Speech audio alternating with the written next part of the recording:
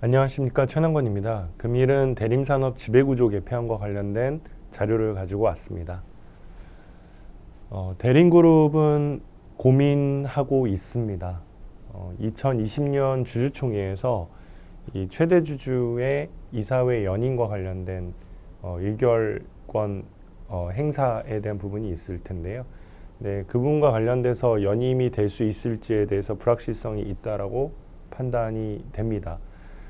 최근에 외국인 투자자들의 지분이 굉장히 빠른 속도로 확대가 되고 있기 때문에 대림산업의 주가는 견조한 흐름을 기록을 하고 있습니다. 이 배경에 대해서는 실적도 좋지만 사실 지배구조 개편과 관련된 관심이 좀 더 크다라고 판단을 하고 있고요.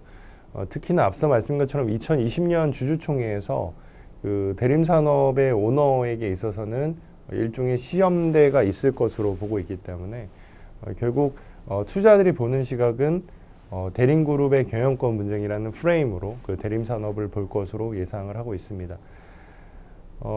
이게 일반적으로 경영권 분쟁이라는 프레임이 적용이 되면은 대림산업의 주가는 새로운 프리미엄의 영역으로 들어갈 수도 있기 때문에 그러니까 지금은 대림산업을 사야 될 타이밍이라고 판단을 하고 있고요. 그러니까 내년도 주총까지는 지속적으로 지켜봐야 된다라고 판단을 하고 있습니다. 대림산업의 지배구조 개편과 관련돼서 간단하게 시나리오만 언급을 드리도록 하겠습니다. 지배구조 개편과 관련된 주가 움직임은 세 가지의 단계로 전개가 될 것으로 판단을 하고 있습니다.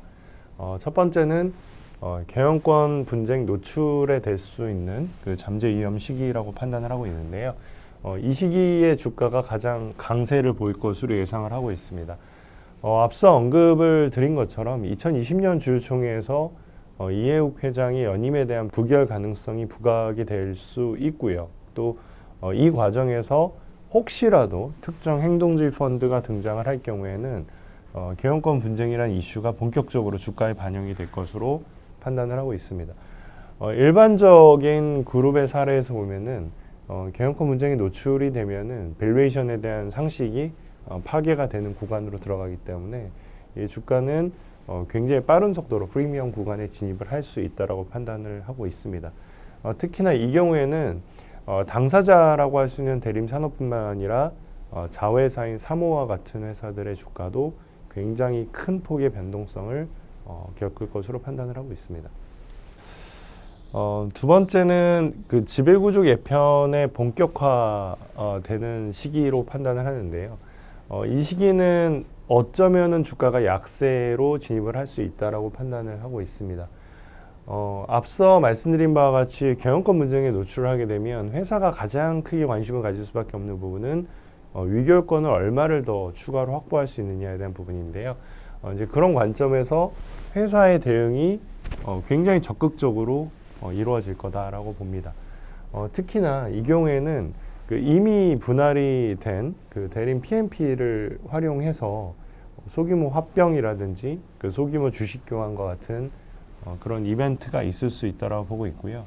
그래서 그런 식으로 전개가 될 경우에는 최대 주주의 의결권 확보가 아주 중요한 이슈로 작용을 하기 때문에 일반적으로 피합병법인이라고 할 수 있는 대림산업의 주가는 상대적으로 약세를 기록할 수도 있다라고 판단을 하고 있습니다.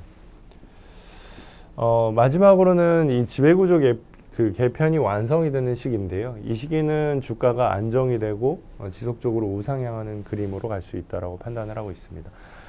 가장 중요한 부분은 대주주와 소액주주의 이해관계가 일치하는 시점이라고 보실 수 있겠는데요. 지금은 이 대주주가 대림그룹을 봤을 때 대림 코퍼레이션에 대한 지분만 확보를 한 상황이기 때문에 아무래도 대림산업은 어떤 이익을 더 창출하고 그룹의 기업 가치를 높이는 방향보다는 실질적으로 외형을 확대하는 데 좀 더 주력을 할 수밖에 없는 상황이라고 이해를 하고 있습니다. 하지만 앞서 말씀드린 것처럼 대림 PMP를 통해서 혹은 대림콥하고의 합병을 통해서 대주주가 최종적으로 대림산업에 대한 의결권을 직접 확보를 하게 되면 말씀드린 바와 같이 대주주와 소액주주 간의 이해관계가 일치를 하는 그림으로 갈 수가 있기 때문에 이 기업은 뭐 자사주 매입을 한다든지 혹은 배당을 더 확대하는 방향으로 좀 더 주주환원이 본격화되는 방향의 경영 움직임이 나타날 거라고 보고 있고요. 또 하나는 시장에서 기대하고 있는 건설과 유화 부분으로의 인적 분할이 본격화될 수 있다라고 판단을 합니다. 지금은 실질적으로 유화에 대한 대부분의 투자 재원은 건설 쪽으로부터 나오고 있는 상황이기 때문에 분할이 되기가 쉽지가 않습니다. 그리고 또 하나는 자사주가 없어요. 그래서 분할을 한다고 한들 그게 큰 기대를 할 수 없는 상황이 될 수 있는데 앞서 말씀드린 것처럼 이 2단계의 지배구조 개편을 하고 나면은 자사주가 또 추가로 생길 수가 있기 때문에 이제 그 부분을 어떻게 활용할 것인가에 대한 부분까지 연결이 될 수 있는 상황이거든요. 그래서 인적 분할이 나타나고 그 인적 분할을 통해서 밸류에이션의 현실화가 전개가 될 것으로 판단을 하고 있고요. 또 하나는 지금은 아직은 대림산업의 내부 거래가 많습니다. 대림콥으로 나가는 매년 거의 한 6천억 원에 달하는 그 내부 거래의 비용이 있기 때문에 이제 그 부분에 대해서 실질적으로 제거가 되면 본격적인 기업 가치 개선 효과가 나타날 것으로 판단을 하고 있습니다. 그래서 결론적으로는 이 대림 산업의 지배구조 개편과 관련된 여러 가지 시나리오가 있을 수 있는데 실질적으로 내년도 주총을 핵심 티핑 포인트라고 봐주시면 될 것 같고요. 그래서 그 시점 전까지는 대림 산업에 대한 긍정적인 시각을 가져가야 된다라고 판단을 하고 있습니다. 이상으로 대림 산업의 지배구조 개편과 관련된 시나리오를 말씀드리도록 하겠습니다. 감사합니다. 안녕하십니까. 유한타증권 건설 건자재 산업을 담당하고 있는 김기룡 연구원입니다. 오늘 말씀드릴 자료는 대림산업 관련된 자료를 준비했습니다. 대림산업 같은 경우에는 건설업종 내에서 상대적으로 저평가를 받았습니다. 그 저평가의 이유는 이제 건설과 유화 사업을 동시에 좀 영위하고 있는 복합기업이라는 특성, 그리고 과거 이제 대규모 해외 손실을 야기했었던 그 사우디 시공법인인 DSA 실적, 그리고 뭐 호텔, 그리고 자동차 부품 등 여러 가지 다양한 분야에 걸쳐 있는 자회사에 대한 사업 영역 등이 그러한 영향을 미쳤다라고 보시면 될 것 같습니다. 다만 앞서 말씀드렸던 그 대림 산업에 대한 그 외국인 지분 확대, 그리고 전반적인 대림 산업 지배 구조 하에서 대림 산업에 대한 그 디스카운트 축소에 대한 부분들, 그리고 지분법 회사 및 자회사들에 대한 그 디스카운트 축소는 대림 산업 기업 가치 상향에 좀 긍정적인 포인트가 될 거다라고 보고 있습니다. 네, 우선 대림 산업 같은 경우에는 그 연결 자회사들 쪽에 대한 펀더멘털이 좀 개선되고 있다라는 부분이 좀 눈여겨볼 만한 포인트가 되고 있습니다. 우선적으로는 2017년도 3분기부터 그 연결 자회사 쪽으로 반영된 그 사모에 대한 실적 개선에 대한 부분들 볼 수 있을 것 같고요. 두 번째로는 이제 서두에 잠깐 말씀드렸던 그 과거 그 사우디 해외 손실을 야기시켰었던 그 DSA 쪽에 대한 손실 완화, 그리고 이제 추가적으로 해외 법인에 추가되어 있는 그 터키 법인에 대한 실적 상향, 뭐 이러한 부분들이 전반적인 대림 산업의 연결 자회사 실적을 개선시키고 있다라는 게 좀 포인트가 될 것 같습니다. 첫 번째로 연결 자회사 쪽에서 볼 수 있는 회사가 이제 사모라는 회사입니다. 사모 같은 경우에는 이제 주택 사업을 포함한 건축, 그리고 이제 토목 사업을 지금 영위하고 있는 회사입니다. 한때는 이제 워크아웃 기간에 좀 돌입하기도 했었지만 대림 산업과 함께 이제 사모, 그리고 이제 고려개발 그 세 개 회사가 이제 같이 그 주택 사업을 영위하고 있다 보니까 아무래도 원재료 구매단에서의 바잉 파워에 대한 이점이 있을 수 있을 것 같고요. 두 번째로는 이제 이편한 세상이라는 그 브랜드를 공유하다 보니까 이제 중견사임에도 불구하고 아무래도 주택 수주 사업에는 좀 그러한 부분들이 좀 긍정적인 포인트가 되고 있는 상황입니다.